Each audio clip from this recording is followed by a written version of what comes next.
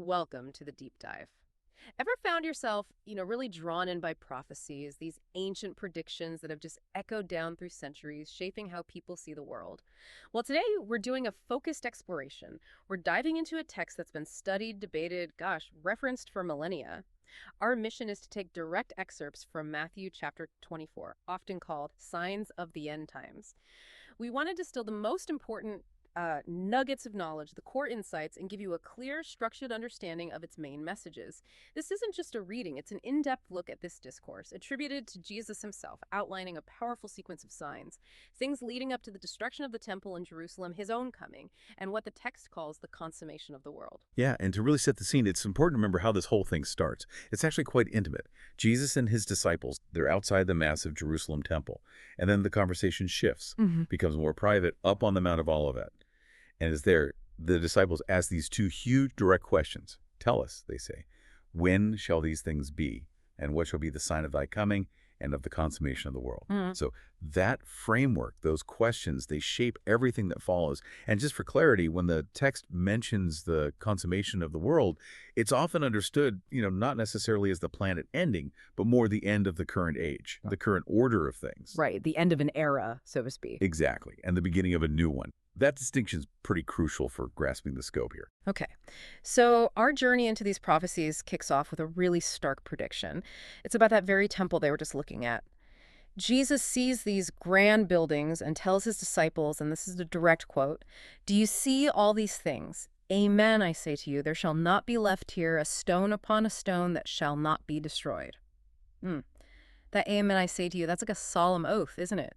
Very authoritative. It is. It carries real weight. And the image, just absolute destruction, nothing left. Yeah, total. And what's really insightful, I think, is how fast the disciples pivot. They go from that specific prophecy, the temple's physical destruction, straight to those much bigger, almost existential questions we just mentioned. Ah, okay. They link the temple directly to the sign of thy coming and of the consummation of the world. Precisely. So this blurring of an immediate disaster with this ultimate cosmic change, and that's a key insight right there.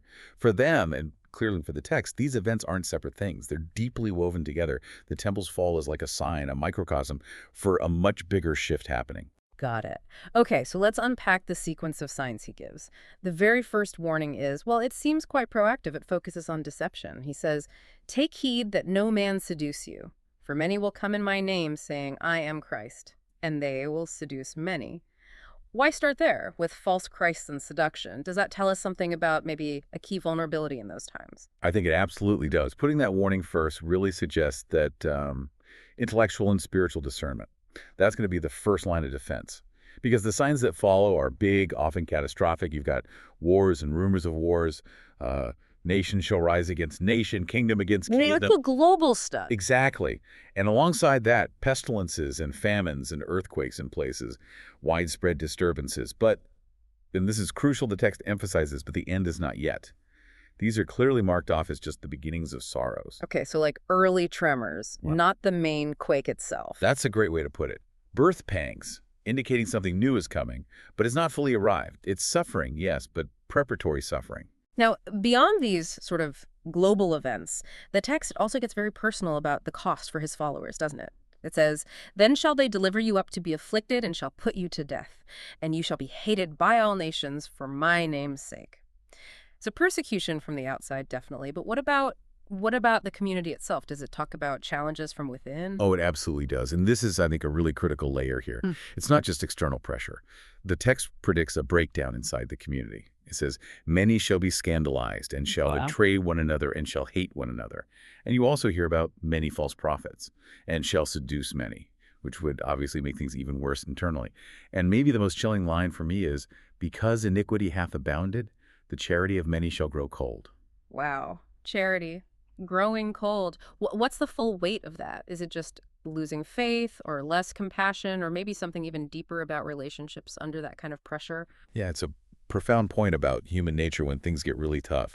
Charity here, it's that deep, active love for God, yes, but also for your neighbor. So for that to grow cold, it's not just about feelings fading. It speaks to a real erosion. compassion, trust, that shared purpose, it all starts to decay. It's a warning about the internal rot that can happen in a community facing hard times, a massive spiritual and relational cost.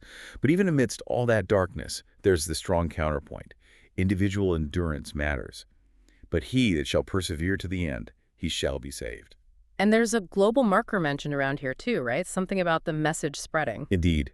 Very significant. The text states, "This gospel of the kingdom shall be preached in the whole world for a testimony to all nations, and then shall the consummation come." So if you connect that to the bigger picture, the worldwide spread of this message isn't just presented as like a mission to accomplish. It's actually framed as a final precursor, the last thing before the end. Like a universal testimony being given? Exactly. Setting the stage for a conclusion that everyone somehow recognizes. It implies a kind of universal accountability before that final moment arrives. Okay, now the text seems to shift gears a bit. It moves from these sort of broader global signs, the beginnings of sorrows, to something that sounds much more intense, focused, maybe even localized, a time of really unprecedented distress. It talks about the abomination of desolation, which was spoken of by Daniel the prophet standing in the holy place.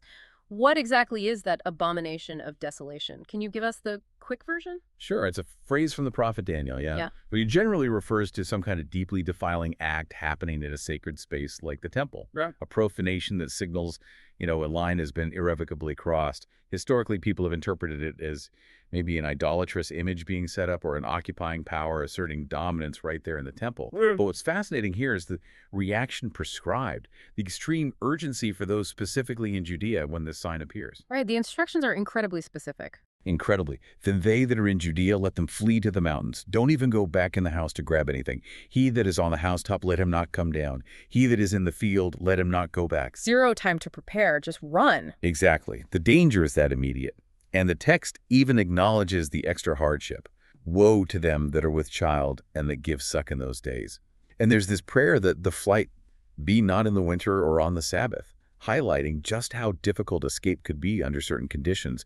This contrast, between the global birth pangs and this really specific regional immediate crisis, that's a key insight. And this period, this great tribulation, is described in just stark terms, such as hath not been from the beginning of the world until now, neither shall be. Almost unimaginable severity. But it also says, for the sake of the elect, those chosen those days shall be shortened. So there's a limit, even to this. Right. Here's divine restraint, even in the midst of the worst. And it's precisely during this time, this pressure cooker of suffering, that the text loops back to that initial warning about deception. It's like, don't forget this, Jesus repeats, "Then if any man shall say to you, Lo, here is Christ, or there, do not believe him." Why? "For there shall arise false Christs and false prophets. And they'll apparently show great signs and wonders, enough to potentially deceive, if possible, even the elect." Wow, even the elect could be fooled. That's the warning. And the emphasis, "Behold, I have told it to you," beforehand, it just hammers home how critical this discernment is. Yeah. It's very specific. If they say, "He is in the desert," don't go. If they say, "He is in the closets," like in secret rooms, believe it not. This constant drumbeat about deception, especially when people are desperate, it shows a real understanding of, human vulnerability, that longing for easy answers in hard times. Okay, so if we're told not to believe anyone saying, look, here he is, or there he is, how will his coming actually be recognized? The text gives a very different picture, right? Something impossible to miss. Completely different.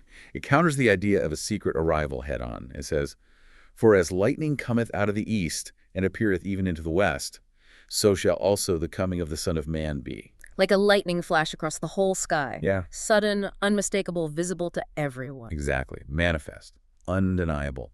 And to further solidify that universal recognition, it adds, "Wheresoever the body shall be, there shall the eagles also be gathered together." Now, commentary often clarifies this isn't literal eagles in a body, but means wherever he appears, all of humankind will inevitably be drawn or gathered to him, like vultures to a carcass. It's inescapable. A powerful image of universal focus. Very. And it's crucial to remember that title he uses, Son of Man. It's profound, emphasizing both his connection to humanity and his divine authority. And this arrival, it's preceded by just immense cosmic chaos, not subtle signs at all. The text says, "And immediately after the tribulation of those days, the sun shall be darkened, and the moon shall not give her light, and the stars shall fall from heaven, and the powers of heaven shall be moved."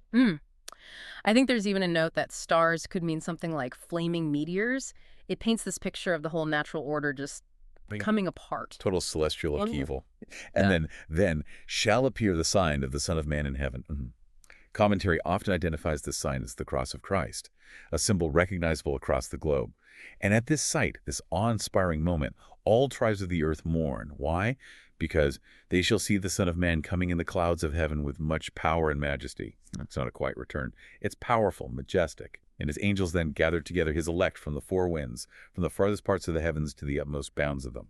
So it's described as this grand, definitive, universally witnessed climax, a moment of profound reckoning for everyone. Okay, so we have this sequence. Beginnings of sorrows, great tribulation, cosmic signs, the visible coming, a very clear progression. But what about the timing? How do we understand when all this happens? The text gives that parable, the fig tree one. Right. And from the fig tree learn a parable.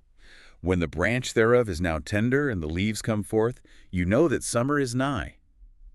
So you also, it continues, when you shall see all these things, know ye that it is nigh, even at the doors. So it implies you can discern the season, you can see the signs lining up and know it's getting close. But then comes the tricky part, doesn't it? It does. This leads to one of the most debated and I think fascinating tensions in the whole chapter, because you get this seemingly precise statement, "Amen, I say to you, that this generation shall not pass till all these things be done." Sounds very specific, like it should happen soon for them. Yeah, sounds like within their lifetime. Exactly.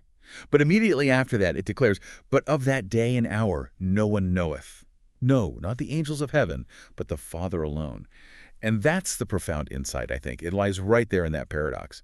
We're given signs to discern the season, to know it's nigh close, but we're explicitly told the exact moment, unknowable. So you know it's summer, but not which day the heat wave breaks. Sort of, yeah. And this tension between knowing it's close and not knowing the exact hour serves a crucial purpose. It discourages date setting, obsession with calendars. Instead, it demands constant readiness. And the text underlines the certainty of the message itself. Heaven and earth shall pass, but my words shall not pass. These warnings stand. So what does this mean for us then, for you listening? This mix of specific signs, knowing the season is near but not the exact hour, it all seems to build toward this powerful, overarching call. Be ready. The text uses the analogy of Noah's time, the days of Noah. Right. People were just going about their lives, eating and drinking, marrying and giving in marriage, totally oblivious, even till that day in which Noah entered into the ark. And they knew not till the flood came and took them all away. The point being, that same kind of unawareness will precede this sudden, transformative, inescapable event. So also shall the coming of the Son of Man be. That unawareness and then the suddenness leads to that striking image of separation. Very personal. Incredibly personal. Then two shall be in the field. One shall be taken and one shall be left. People doing the same task side by side. Two women shall be grinding at the mill. One shall be taken and one shall be last. It just hits home how immediate and individual this is when it arrives. It cuts right through everyday life. Which is exactly why that core command, "Watch you therefore, because you know not what hour your Lord will come," is so central to this whole chapter, isn't it? Absolutely central. He uses the analogy of the homeowner and the thief. If the homeowner knew when the thief was coming, he would certainly watch and would not suffer his house to be broken open. The lesson is crystal clear. Wherefore be you also ready, because at what hour you know not the Son of Man will come. It's not about inducing fear, maybe, but about fostering foresight, preparedness. Yeah, exactly. And preparedness isn't just passive waiting. The text illustrates what readiness looks like in practice with that parable of the servants. You have the faithful and wise servant. What does he do? He's appointed over the household, and he diligently gives them their meat in season. He does his job responsibly.